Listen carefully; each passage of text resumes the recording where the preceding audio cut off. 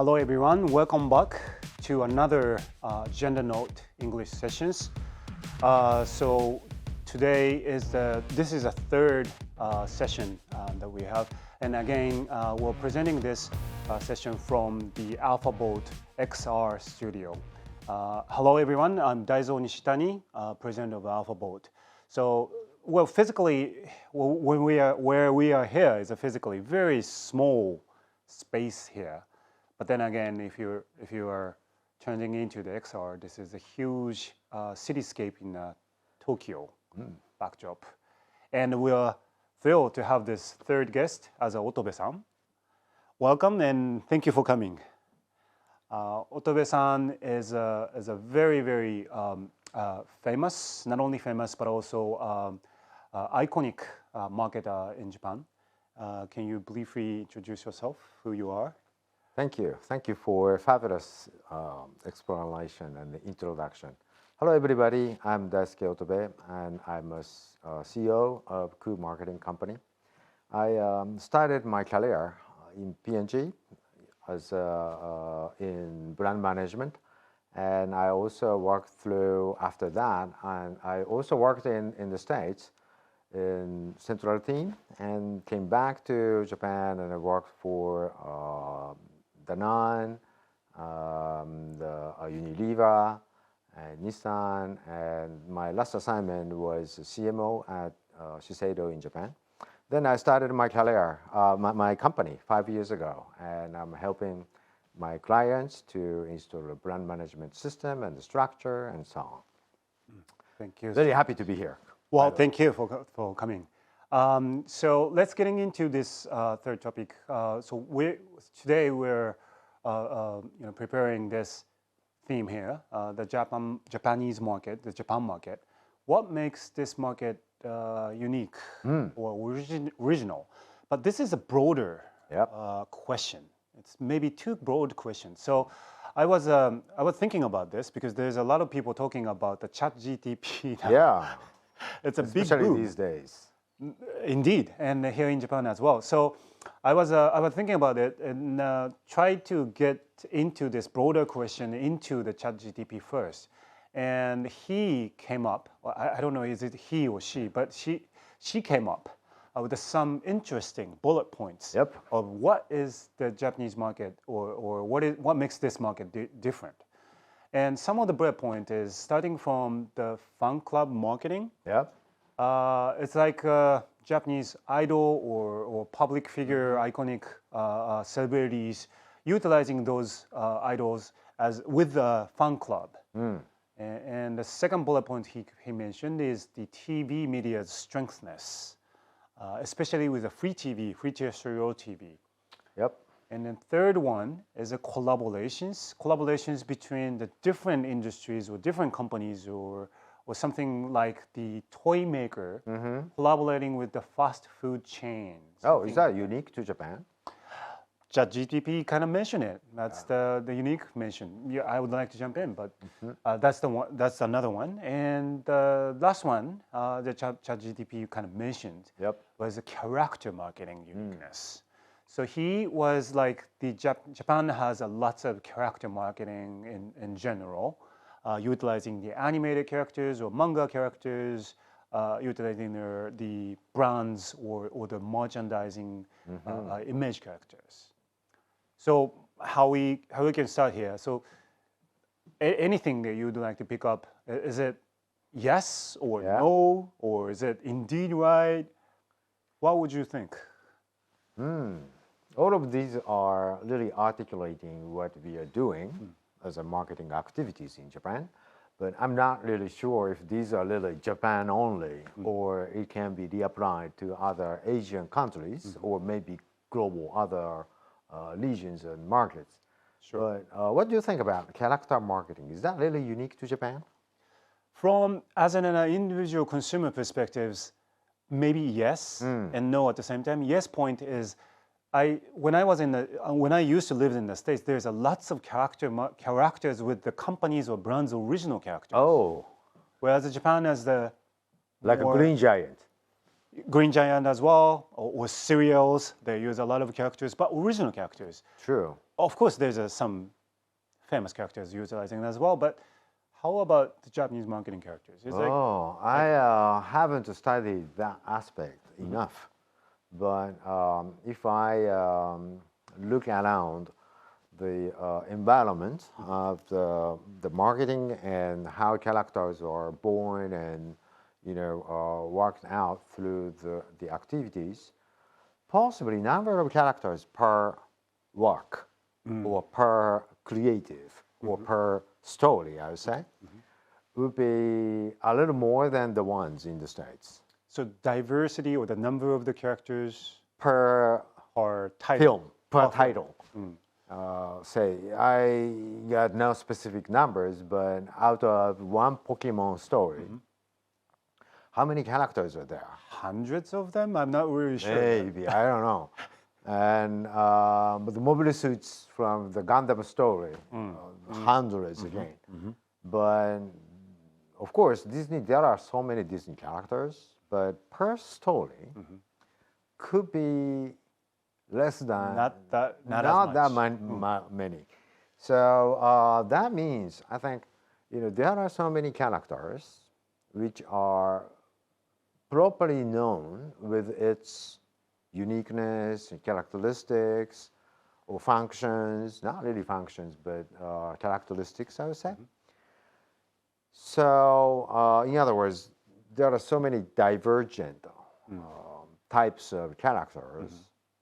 From marketer's standpoint, you have a high chance to find the right one Right. that best fits to your consumer and to your brand. So that may lead to the easiness Right. to use character into your marketing activities or let the anime characters speak for you. Very interesting. What do you think? Very interesting. Well, that suits me. I mean, when you look at the number of the characters divergence, well, it's very interesting. Okay. Even some of them speak English, so you're gonna find a good one for you too. Right. Exactly. It's a choice or selections or the I shall say, yeah. Okay. Well, there's a number of the characters is diverse. That may be one. If there is another hypothetical uniqueness of Japan marketing activities, or what you just mentioned, it's not that different from the rest of the world. I mean, it's the same. Yeah, eventually brand management is to figure out who really are the target consumers.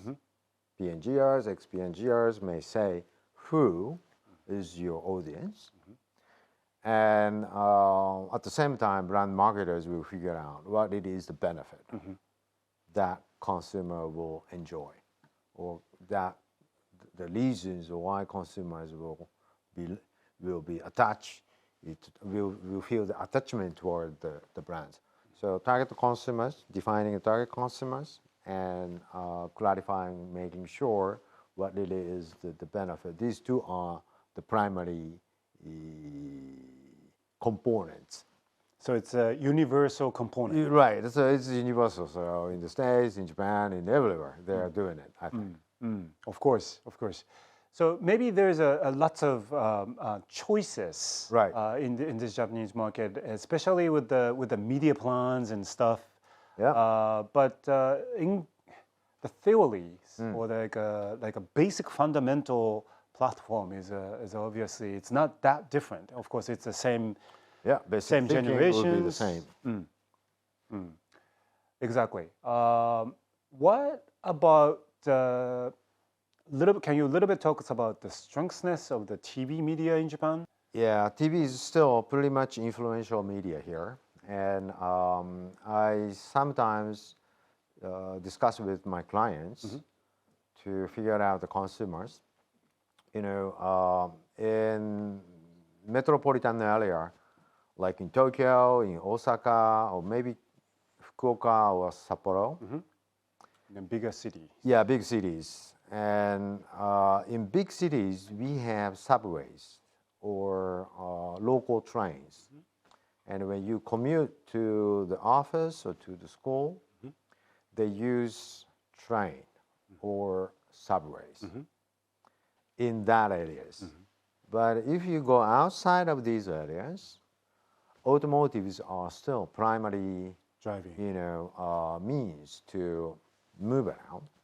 And if you are outside of the subway area, you need to drive.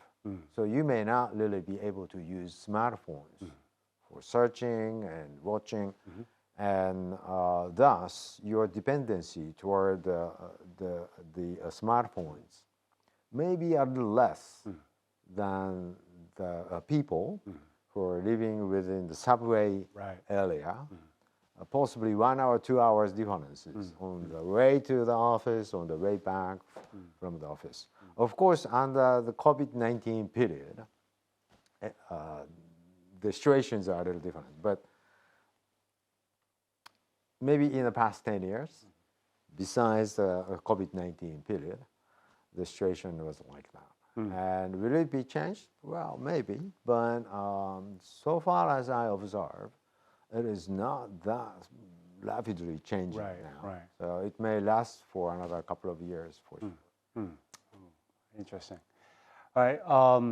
The second page. Okay, second page.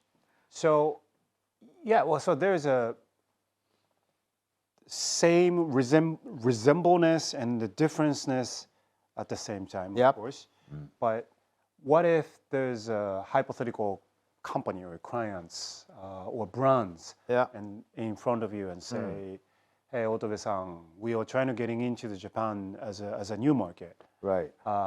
Do you have any, what if the companies come up and say, asking you your questions, what is the tips? I guess the first thing to come up with your mind may be to study what are the leading brands and figure out what are the key attributes that consumers are buying that brand.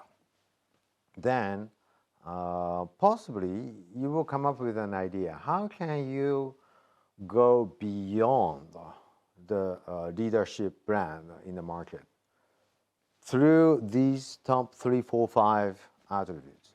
So for example, if the leader brand, imagine you are working on a cosmetics brand and you are planning to come into Japan market, and you figure out the brand A is a leading brand in, say for example, lotion category.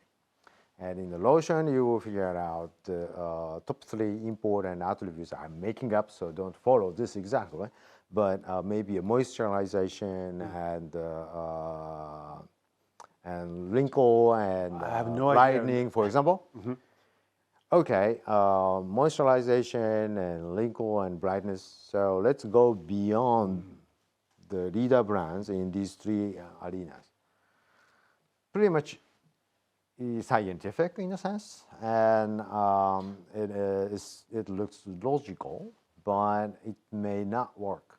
The reason is these 3 attributes, the importance ratings, are dictated by the current leader brand. So if you follow the game, or if you follow the rule of the game that is set by the leader brand, you are already in the game of your leader brand. So the chance of winning is very slim. Instead, my possible advice is to find an attribute and bring the importance of that attribute more than the current top 3 attributes. Say for example, if it is moisturization and wrinkle and brightness, maybe can you come up with any 4th important rating? I am maybe good at easy to dispose. Right. Easy to dispose in terms of bottles and fills. It's not an important attribute. At least it is not in the top 3. But if you can come up with that And if you can make these attributes more important than moisturization, which is not impossible, by the way. It is super difficult to differentiate yourself through moisturization. You cannot see the differences between brand A to B to C to D. It's basically everything are pretty good anyway already. But that's why disposability is pretty much different brand by brand. Or you can be solid number one in that arena. If all others are perceived being the same, you can change the definition of the good lotion in the market. By the way, this is, so far as I understand, this is basically the only way to take the leadership position in the market for current number 2 or number 3 or number 4 brands. People tend to think that, I also thought that way. If I am superior than the current leader current leader brand in the top 3 attributes, then I'm going to be the king of the market. I tried many times, or maybe not really many times. I tried it and didn't work out. And the way we came up with was to change the definition of the good brand or good product in that category. And if you can do it, and if you can own that leading new attribute, now you will be the most beloved brand from the consumers in the market. So think about it. If you have a plan to come into Japan, find the leadership brands and figure out the top 3 attributes, but don't use them and use yours. Yeah, this is very interesting.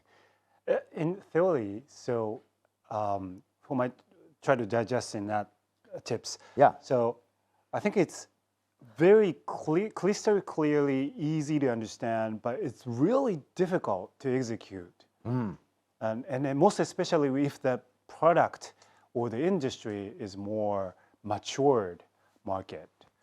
I think the execution levels or perspectives, I think it's someone really needs to kind of following up with all the step-by-steps and small executions. Is that my understanding is right? Or Yeah. It's not very easy, but if you search in Tokyo, Osaka, or some other big cities, or even smaller cities, you're going to find a good marketers who can help you, and it is worth to explore that. But what if the clients in coming in front of you and say, Otobe-san, can you help us? Of course, I can. That's great. Thank you, everyone. This is obviously Japan has its own languages, maybe the customs, but at the same time, our maybe 1 or 2 learnings what we're here today is obviously in the 21st century, 2023, we're in the same generation, same criteria, same game. So we are here. So most of the marketing executions in Japan is the same in the United States or elsewhere. But ingredients, the small executions or thinking ways or mentalities way, I think there's a great tipness from Otobe-san's today. And thank you, everyone. And I hope you enjoyed this content as well. And we'll see you again in another case, I hope. And if you have any chance willing to reach out to the Otobe-san, please let us know. Thank you. Thank you very much. Thank you, Otobe-san, for today. Thank you very much for the invitation. Thank you.